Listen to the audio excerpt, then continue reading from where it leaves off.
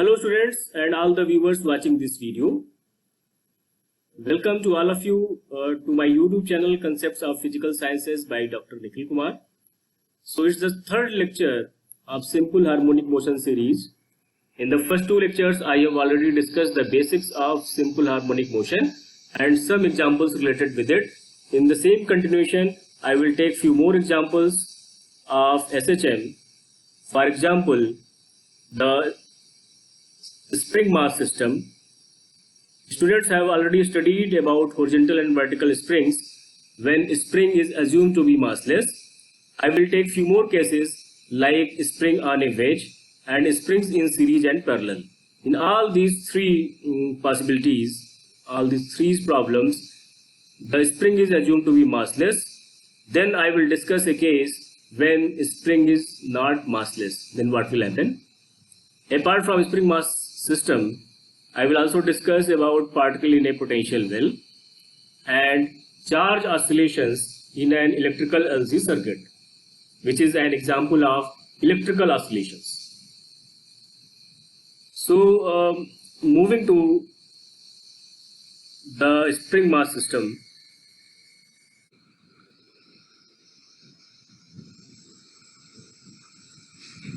Spring mass system, when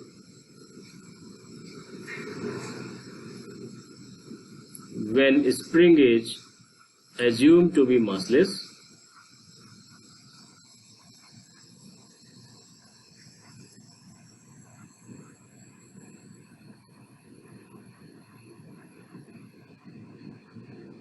so there may be two cases. First one is when spring is horizontal,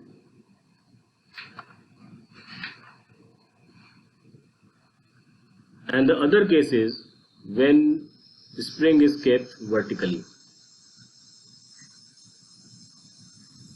So consider a spring kept on a horizontal surface.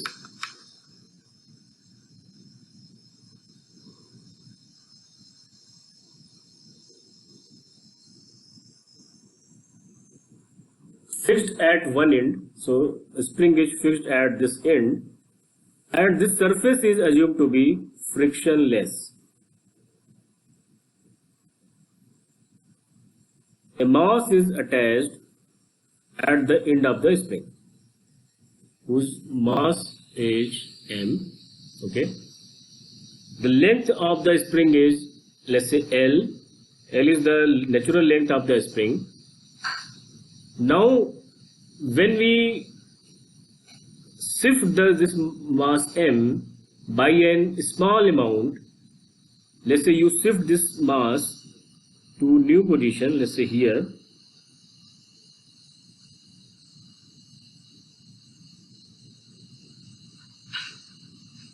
I have shifted the mass to the new position. Now mass is, let's say, here, I have stretched. So spring is actually stretched by this much amount. The extension is here is this one. Let's say extension is x.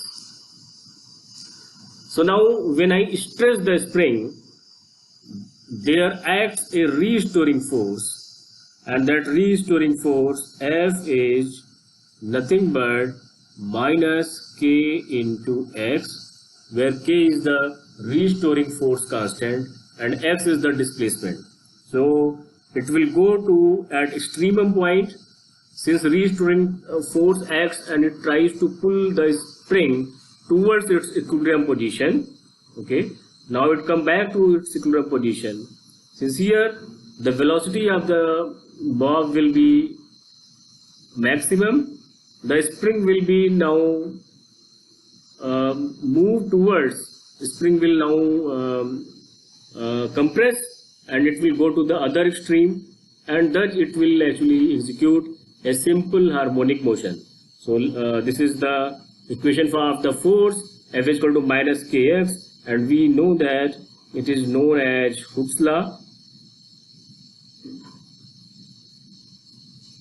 We already know that And as earlier done in other problems, so m d2x over dt square, this is the force which is F is equal to ma is equal to just minus k into x, and it is just a simple expression of simple harmonic motion d2x over dt square plus k by m into x is equal to 0.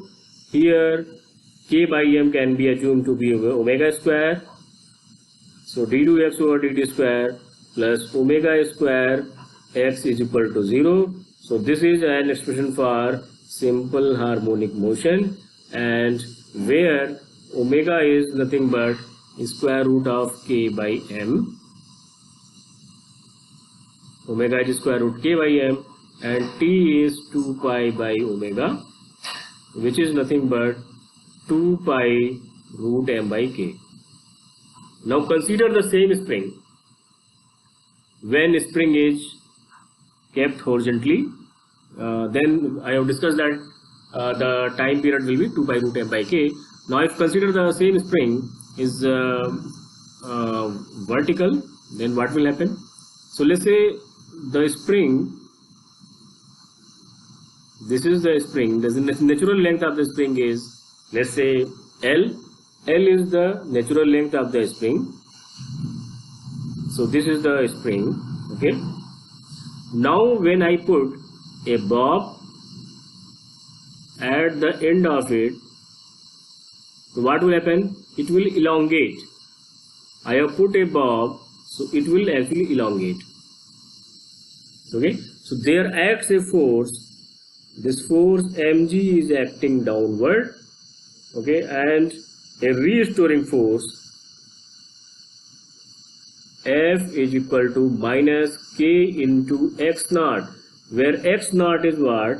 X naught is the extension of the string. So this extension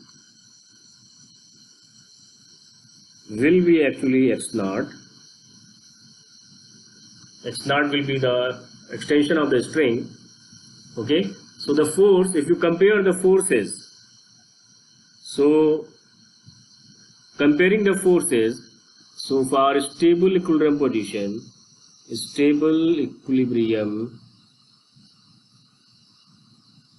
position, we know that F net should be 0. The net force acting on the whole system should be 0. So here the effective force is mg and then minus kx naught is equal to 0, or mg is equal to kx naught. So this is the expression number 1. Now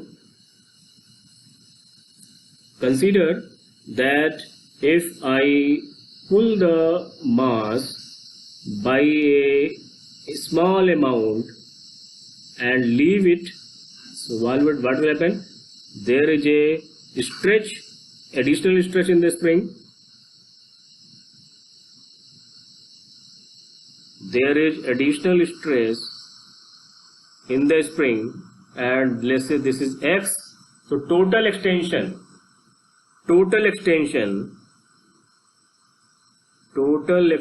of a string is now x plus x naught,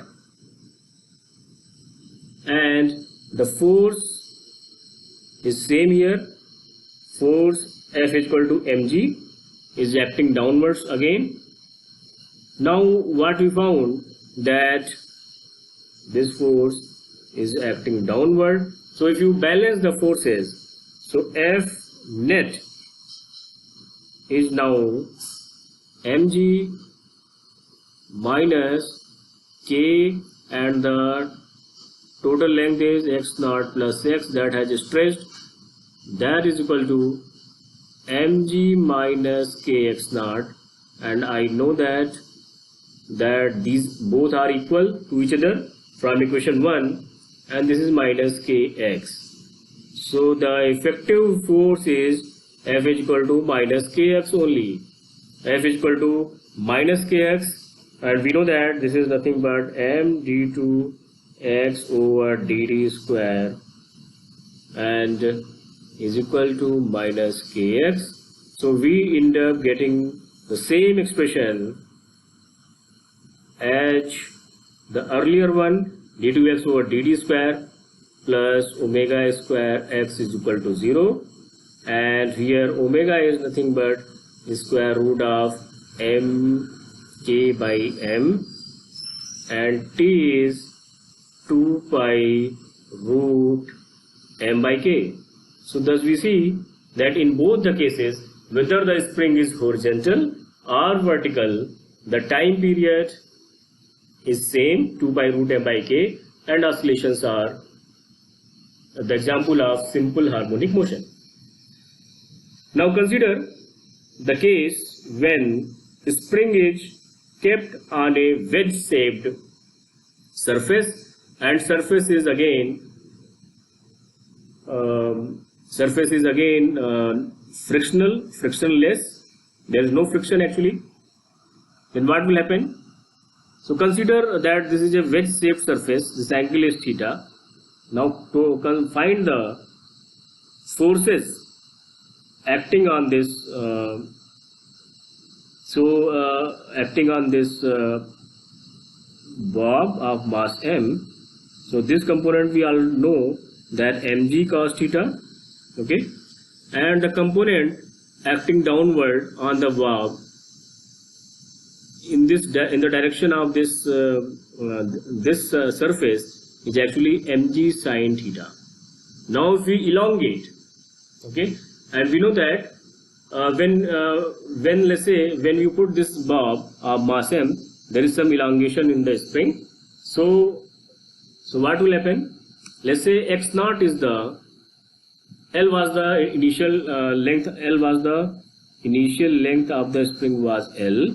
When we put this mass, there is some elongation in length, and to find the stable equilibrium position where F net is equal to 0, F net should be equal to 0. That point will be stable equilibrium position, and we all know that mg sin theta is the force acting in this direction, and kx naught is the restoring force, and the total force would be 0. So mg sin theta is equal to kx naught. This is the expression 1. And let's say if mass is displaced little bit slightly by an amount x, so total extension of the spring is x naught plus x. So the restoring force,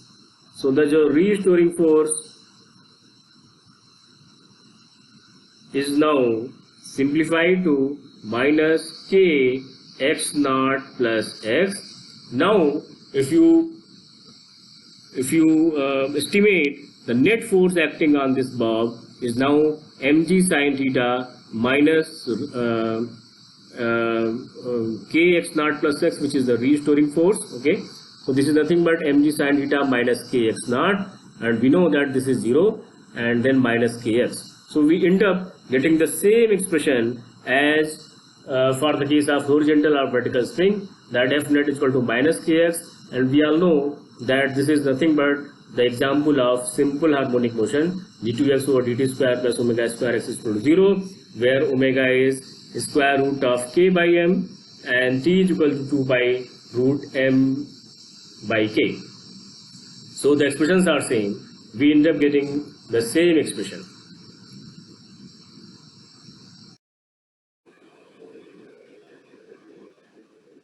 Now consider the case when springs are in series and parallel. So first take the case when spring is attached in series. So this is the first spring of length, let's say L1, and spring constant K1. This is another spring of length L2 and spring constant K2.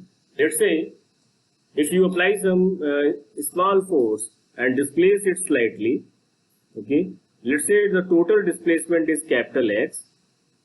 The displacements in individual springs is x1 and x2, so that x can be, capital X can be written as x1 plus x2, that is the sum of the displacements of individual springs. So this is the expression number 1, and this is expression number 2.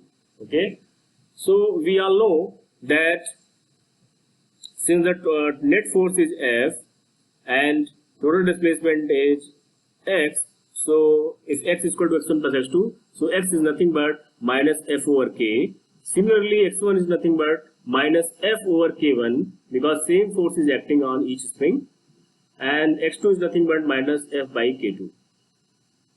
So f can be cancelled out and minus sign can be removed. So 1 over k is nothing but 1 over k1 plus 1 over k2 and so on. So thus the time period t is nothing but 2 pi root m by k, where this is 2 pi root m and 1 over k is nothing but 1 by k is nothing but 1 by k1 plus 1 by k2. So this will be the time period of the spring. So if there are, let's say, n springs in series, so 1 over k is 1 over k1 plus 1 over k2 and so on till 1 over kn, that is sum over 1 over ki. Thus time period will be nothing but t is equal to 2 pi root m over k root m and over k. So here it will be sum over I is equal to 1 to n, and this is 1 over ki. So this will be the effective time period. That is, when we can replace 1 over this fact by some of these all 1 over k1 plus 1 over k2 and so on 1 over k1. So this will be the time period. So time period will be changed. Now consider the case of a parallel spring. So parallel springs, these two parallel springs are attached at one end, and it can move freely to the other end. Let's say a mass m is attached. A mass m is, let's say, attached here. This is mass m. Okay. Here also one can attach mass m. Then only you will write t is equal to 2 pi root m by k. So mass m is attached. Now you displace it slightly, and let's say capital X is the extension of the whole spring. And we all know that individual springs have similar extensions. Okay. So that net force F total is nothing but F1 plus F2. This is minus K effective into X is equal to minus K1 X1 and plus minus K2 X2. And we all know that since X is same as X1 or X2, so this will be cancelled out, and minus K effective is nothing but minus K1 minus K2, or K effective is just K1 plus K2. So in parallel case, the effective restoring force constant will be the sum of all force constant of individual springs. So let's say if there are n springs, so K effective is nothing but K1 plus K2 and so on till Kn. That is sum over Ki from I is equal to 1 to n. So in this case, the time period T is nothing but 2 pi root m by K effective, and K effective you all know that it is the sum of 2 pi root m by K1 plus K2. And if there are n springs, so T is nothing but 2 pi root m by sum of all the spring constants. I is equal to 1 to n. How many springs are there? This will be the effective time period. So here we have taken the example of a massless spring. Now let us discuss a spring mass system when a spring is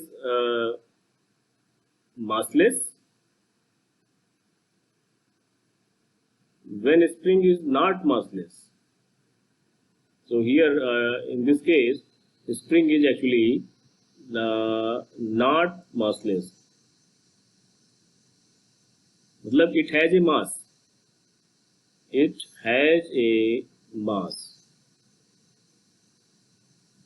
So consider that if the total mass of the spring is m and total length of the spring is small l, so mass per unit length of the spring is m over l.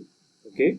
Now you put some mass at capital M at the end and displace it slightly. So let's say y is the total displacement of the spring from its mean position. Now consider a infinitesimally small element ds of the spring which is at a distance of small s from the fixed position. It is at distance of smallest from the fixed position. Now displacement of each part of the spring is assumed to be directly proportional to the distance of that part from fixed point O. So this is the assumption. If y is the displacement, तो यहाँ पर ये assume किया गया है कि displacement of each part is actually proportional to the distance from the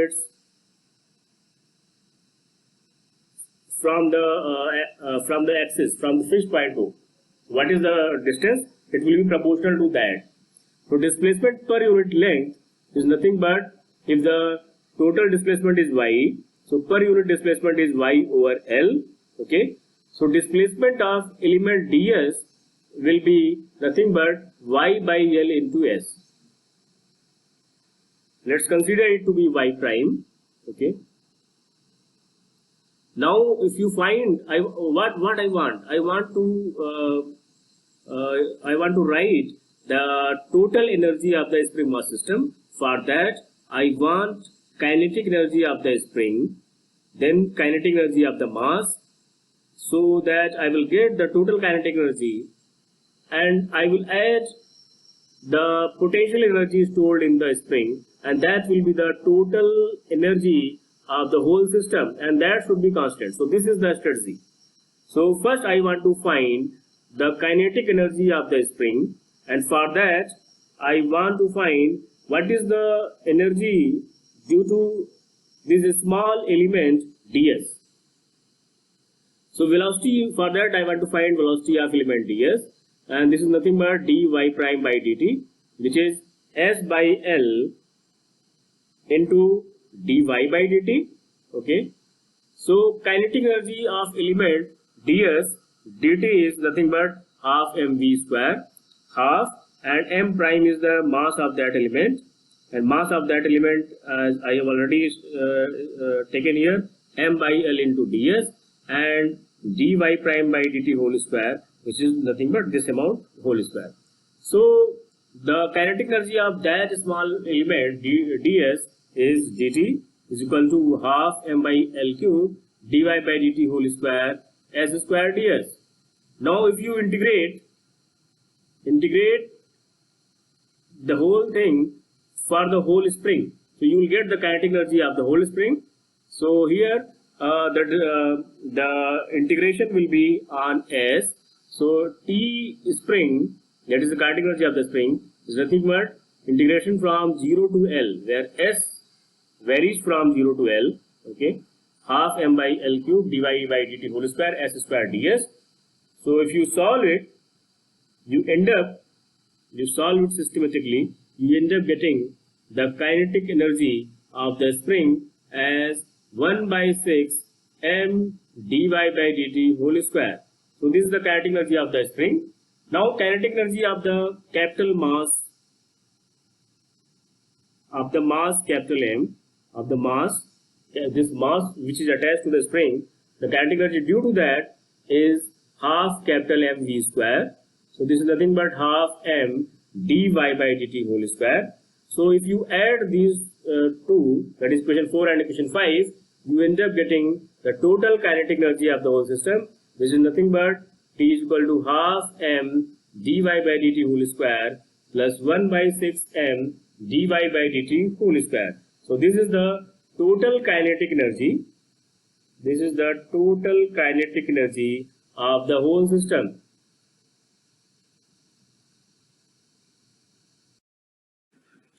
So thus the total kinetic energy of the spring mass system is capital T, and which is nothing but half, this is nothing but half m plus capital M plus m by 3 into dy by dt whole square. This is the expression number 6. Now potential energy is stored in the spring, as we have already discussed several times, that it is work done to displace a distance of small y. So it is nothing but integration of f dot dy, or integration is from 0 to y. So minus, and we know that f is just minus k into y, and minus minus is plus. So it is nothing but half ky square. So the potential energy stored in the spring, as we already know, is this. This is the new expression. This is 6a or whatever. So because I have already written here 7.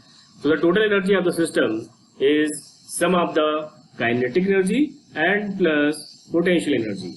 So the whole kinetic energy of the system is this one obtained from equation number 6, and plus potential energy, which is half ky square. So this is the total energy of the system, and we know that there is no friction here.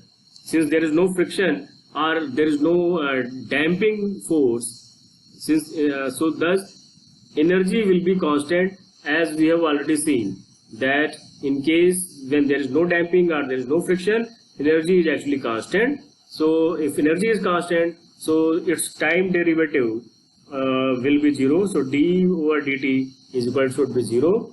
This implies, if you differentiate this term, so half m plus m by 3, and differentiation of this dy by dt whole square is 2 dy by dt, and the second derivative of y with respect to time, that is 2 d2y over dt square, and differentiating this term, you end up getting half k, and this will be 2y dy by dt. So this whole derivative with respect to time should be 0. So yeah, we can take something common, like dy by dt is common, and 2 can be cancelled out here and here. Okay, so dy by dt ye common ho gaya. So we end up getting m plus m by 3 d2y by dt square plus ky is equal to 0. Okay, so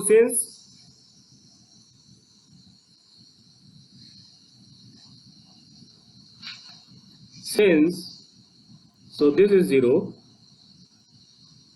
since dy by dt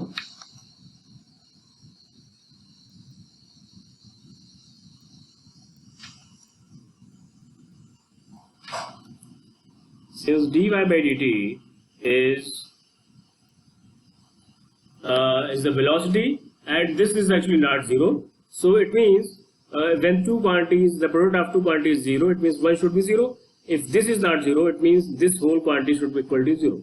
So if m plus m by 3 d2y by dt square plus ky is equal to 0, or it can be written as d2y over dt square plus k divided by m plus small m by 3 into y is equal to 0. So it can be written as d2y over dt square plus omega square y, where omega is nothing but square root of k divided by m plus m by 3. So t is 2 pi by omega, and this is 2 by root m by k, which is m plus m by 3. So here we see that effective mass. So m effective in the whole spring mass system has changed from m to m plus m by 3. So this is the effective mass of the whole spring mass system when a spring is assumed to having a mass of small m. Okay, so here for massless spring, if spring were assumed to be massless, so we know that the time period would have been 2 by root m by k. So here we see that since effective mass has increased, so time period also has increased. So it means oscillations are slow in comparison to massless spring. तो यहाँ पर oscillations जो है वो massless spring के comparison में slow हो गए हैं, और इनका time period बढ़ गया है, time period has increased. So this was the case when spring is assumed to have a mass small m. Okay. Now consider another example of, let's say, particle in a potential well.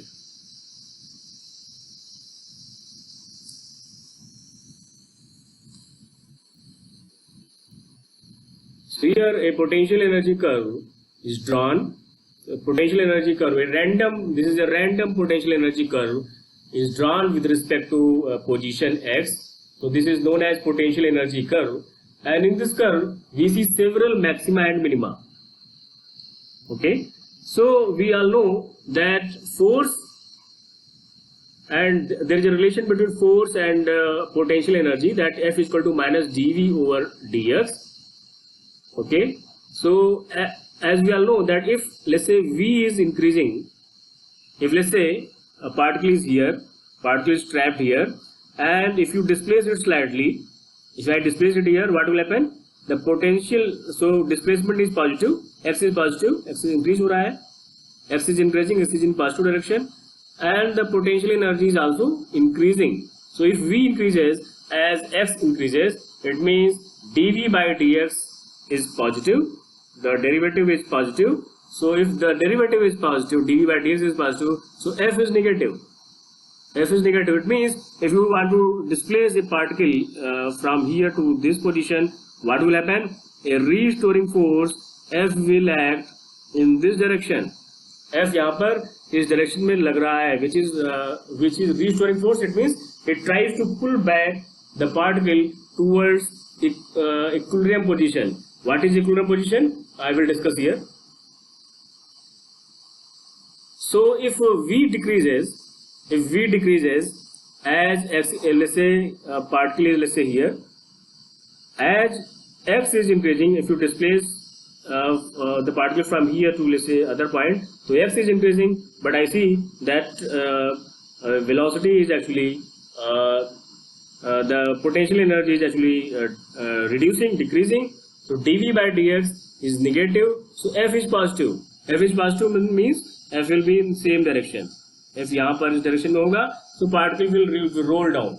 Here particle was acting as a restoring force, but here particle is not acting as a restoring force, but it will try to push the particle. Particle will roll down. It will not be captured here only. Okay. So what is the position of equilibrium? So at the positions where the net force is 0, that means F is equal to minus dV by dx, and that is equal to 0. So as what are these points? So the points A, B, C, D, E, F, these are position of equilibrium where net force is 0. F net acting on the particle is 0. But out of them, some of them are position of stable equilibrium, while some of them are position of unstable equilibrium. So at points, if you see, at points A, C and E, if you displace the particle in, let's say, positive x direction, if I displace it in a positive x direction, so since potential energy is increasing, so I already discussed that force acting on will be negative. A negative force will act and it will try to pull it back towards the equilibrium position. Now let's say if you displace it towards here, so if x is decreasing and potential energy is increasing, so dV over dx is negative, dV over dx is negative, F is positive. So F will now act in this direction. So again it is trying to pull back the particle towards the equilibrium position. Okay. So thus in the position of stable equilibrium, all force acting on the particle is always a restoring force. It tries to pull back the particle towards the stable equilibrium position. Thus these points, like point A, C and E, where the potential energy is minimum and a restoring force F acts. So this position is known as position of stable equilibrium, and around this position of stable equilibrium, particle will roll down. If you displace it slightly, it will like fluctuate around the position of stable equilibrium, and I want to prove that there will be a simple harmonic motion if the particle is trapped here. Okay. So what are position of one stable equilibrium? The other equilibrium points like B, D and F, where potential energy is maximum and the force acting is actually not restoring force. Like I already discussed, let's say you are at point B, you displace the particle right now is here only, you displace the particle, let's say x is increasing in this direction, but the potential energy is reducing. So dV by dx is negative and hence force is positive. So what will happen? Force will pull the particle away from the equilibrium position. So it's not a restoring force. Particle will not be trapped here.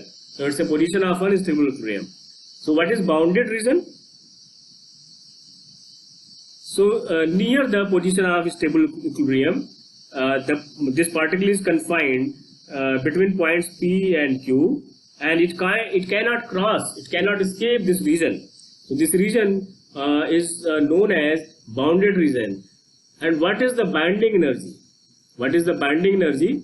So if you see the minima of this hill to maxima of this hill, the total difference of potential energy is actually difference of points VA or VB is higher, so VB minus VA is the difference of potential energy, and that will be the binding energy. If you supply that much energy, the particle will not be trapped here, it will actually escape, it will cross the hill. So right now we are discussing a case when the situation is classical. We are discussing a classical case. In BSc third year or in higher courses, we will discuss about quantum well. We will discuss about quantum well, and there we will see that if your energy of the particle is less than the binding energy, still the particle, there is some probability that a particle can tunnel across it. So you know it, you also know it as tunneling, the quantum tunneling phenomena. Quantum tunneling phenomena. So that will be, we will see in BSc third year or in higher courses in quantum mechanics. So but right now we are discussing a classical case. So if particle is confined here and energy is less than this barrier or the binding energy, particle will not be able to cross this barrier, and it will be confined here only. And if you displace it slightly, it will do a simple harmonic motion in this bounded region. That I want to prove.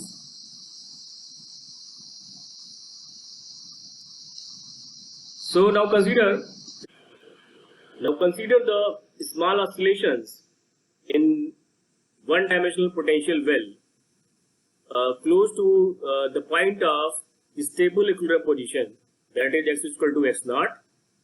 So the potential energy Vx can be expended near the point of stable equilibrium, which is Vx naught. So you know the Taylor series expansion, when a function fx actually can be written as fx naught plus f dash x naught into x minus x naught, where f dash is x is the first derivative, plus f double dash at x naught, okay, into x minus x0 whole square by factorial 2, plus f triple dash x naught into x minus x0 whole cube by factorial 3, and so on. So using this Taylor series expansion, one can express the potential energy, one can expand the potential energy near the point of stable equilibrium position. So Vx can be written as Vx naught plus dV by dx at x is equal to x0 into x minus x0 plus second derivative of V with respect to x at x is equal to x0 into x minus x0 whole square by factorial 2, plus the third derivative of V with respect to x at x is equal to x0 into x minus x0 whole cube by factorial 3, and so on.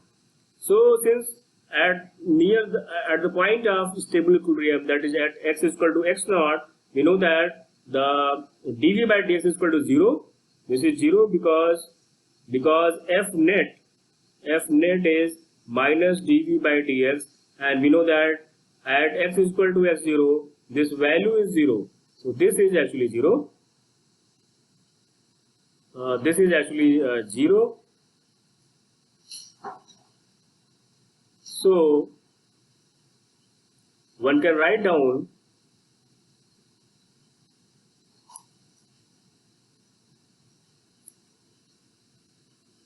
Vx as Vx equal to V0 plus this is 0, and this is d2V by dx square at x is equal to S0 into x minus S0 whole square by factorial 2 plus the third derivative of V with respect to x at x is equal to S0 and x minus S0 whole cube by 6 and so on.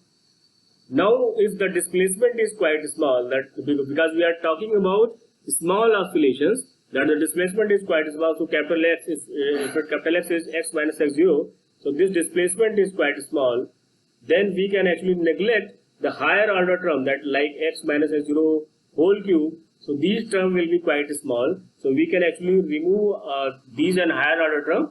We can only keep the first three terms like v0, 0, and this is this term, the second derivative term, we keep it. So Vx is equal to V0 plus d2V over dx square at x is equal to S0, x minus S0 whole square by 2. So this is the potential energy near point expanding x near point of a stable equilibrium position. So the force F is nothing but minus dV over dx, and since V0 V at x is 0, that is a constant, so it is V0. V0 is a constant, this is actually a constant. Okay, so this derivative is 0, and only thing that will remain is and this will the second derivative at x is equal to 0, that is also a constant. So this is minus d2v over dx square, and the derivative of this point, derivative of this, that is x minus x0 whole square by 2. So this is nothing but x minus x0. So we end up getting the expression for force, that is F is equal to minus K x minus x0, where K is nothing but the derivative d2v by dx square at x is equal to x0.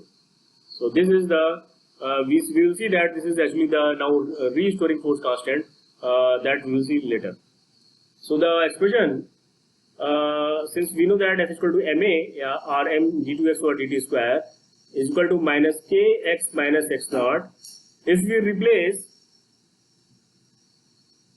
so this can be also written as m d2 x minus x naught by dt square, because x naught is a constant, so the derivative will be 0 only. So this is the same thing as m d2 x over dt square.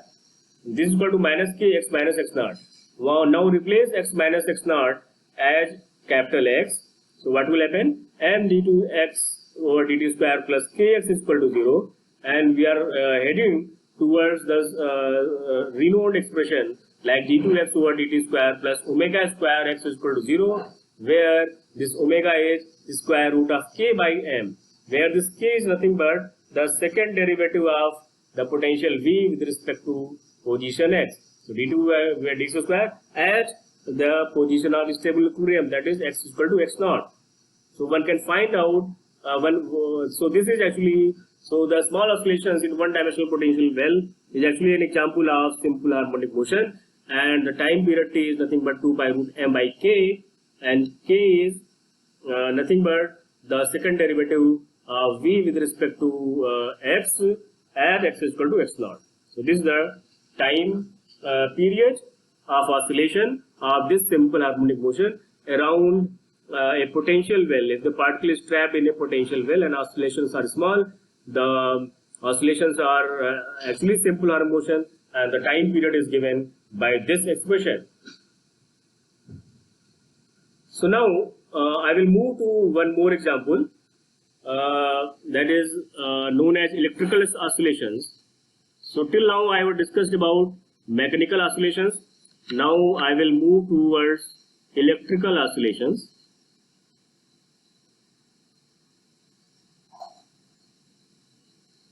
and I will discuss the oscillations of a charge in a LC circuit.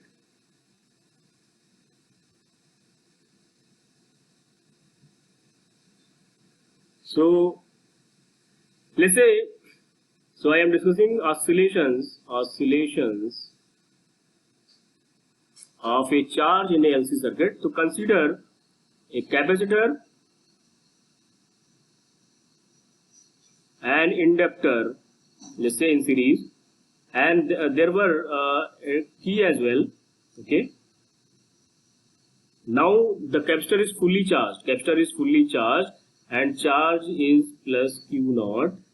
Here it is minus Q naught. So it is fully charged, and now I close the key. Key is now closed. Okay. So this is the inductor L. So at t is equal to 0,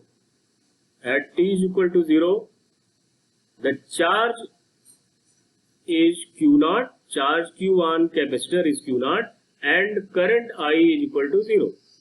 Okay. Now when I put this key, when key is closed, this key is closed, so what will happen? This capacitor will try to discharge. Here, one more important thing is that, like I am talking about an ideal case. I am talking about an ideal case when the resistance of the whole circuit is assumed to be 0. When there is no damping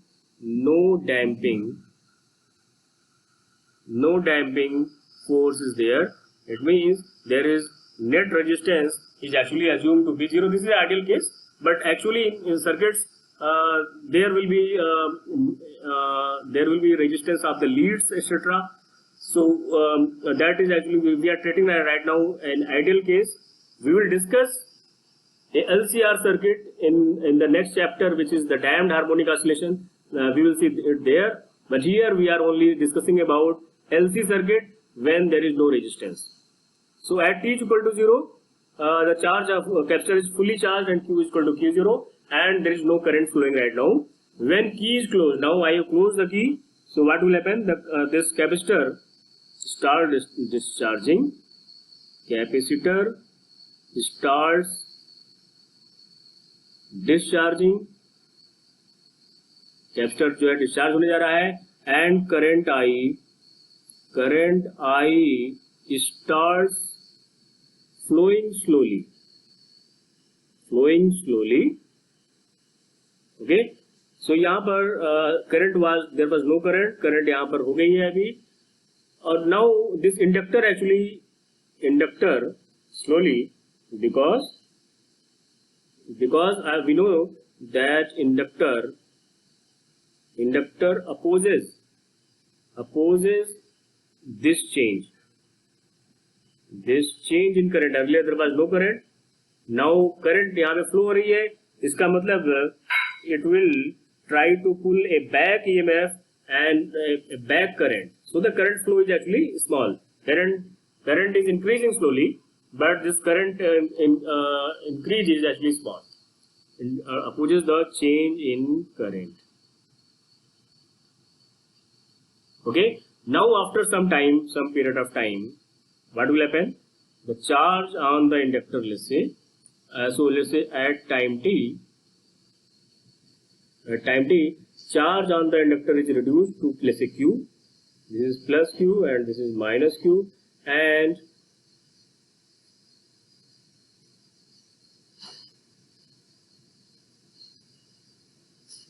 this is the inductor and current is I. So this is at some point of time.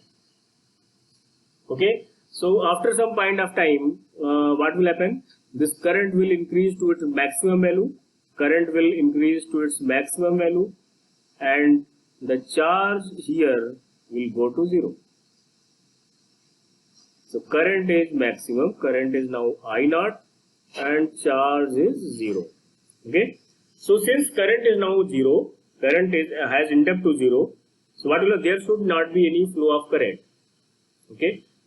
But if there is no flow of current, now there is a change in the current value. So what will happen? This inductor will change its sign in such a way that it actually supports the flow of current, and current will start flowing and so on. So this procedure will go on. So here charge, you see the charge initially was Q0, then Q, then reduced to Q0, then later it will go to minus Q0, and then again this whole procedure will be repeated. Okay, so I see that there is a SHM kind of thing in charge. So how to visualize it from equations? So from using Kirchhoff's voltage law, so you apply Kirchhoff's voltage law.